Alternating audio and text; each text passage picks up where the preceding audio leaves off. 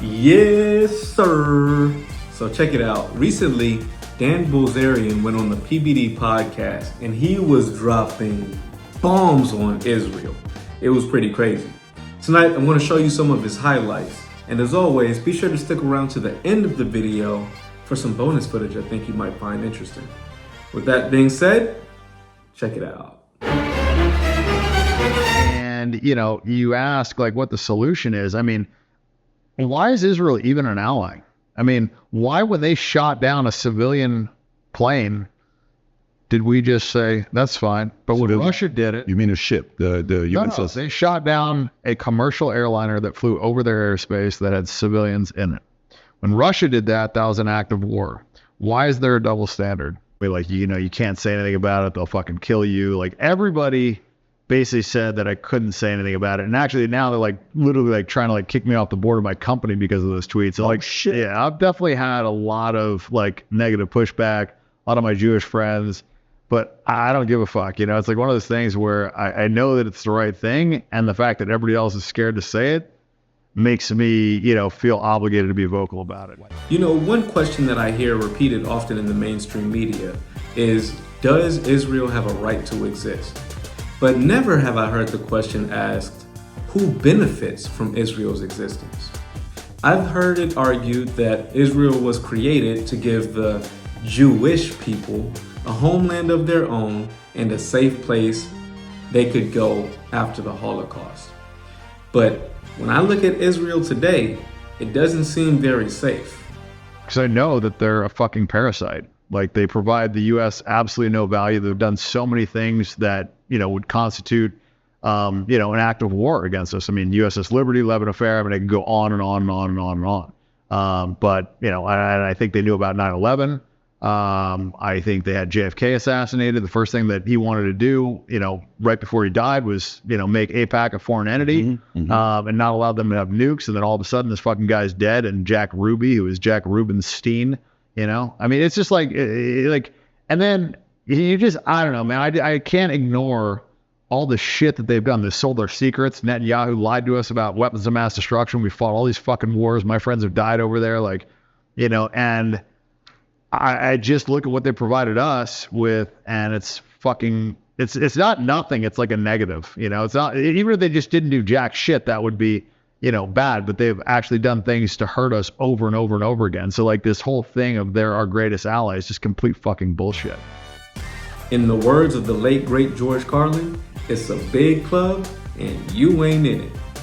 Just think about it. It's 2024, it's an election year, and every significant candidate has already pledged its allegiance and support for Israel. They're promising to continue to aid Israel in its military escalations against not only Gaza, but also Lebanon and Iran. Sure, when you think about Donald Trump, Kamala Harris, even RFK, they might have different policies here domestically, but as far as their international platform, they are all 100% gung-ho in support of Israel. When you said they think they're better than you, you believe that Jews think they're better than everybody else. It says it in their Bible. Okay, but you believe they're better than everybody else. Okay. I didn't say they're better than everybody else. They think. According to their scripture. Okay, but what if... And if you look at how they operate, right, they literally caught people raping Palestinian prisoners, and there was riots. But the riots weren't because they were raping the prisoners. The riots were because they felt like they had the right to rape the fucking prisoners. That's why they almost had a fucking civil war, because they felt like they had the right to rape these prisoners. They felt like that was okay because they weren't Jewish. So, when you have a society that operates like that, you're going to have fucking problems. And they're not the fucking most moral army. That's all fucking bullshit.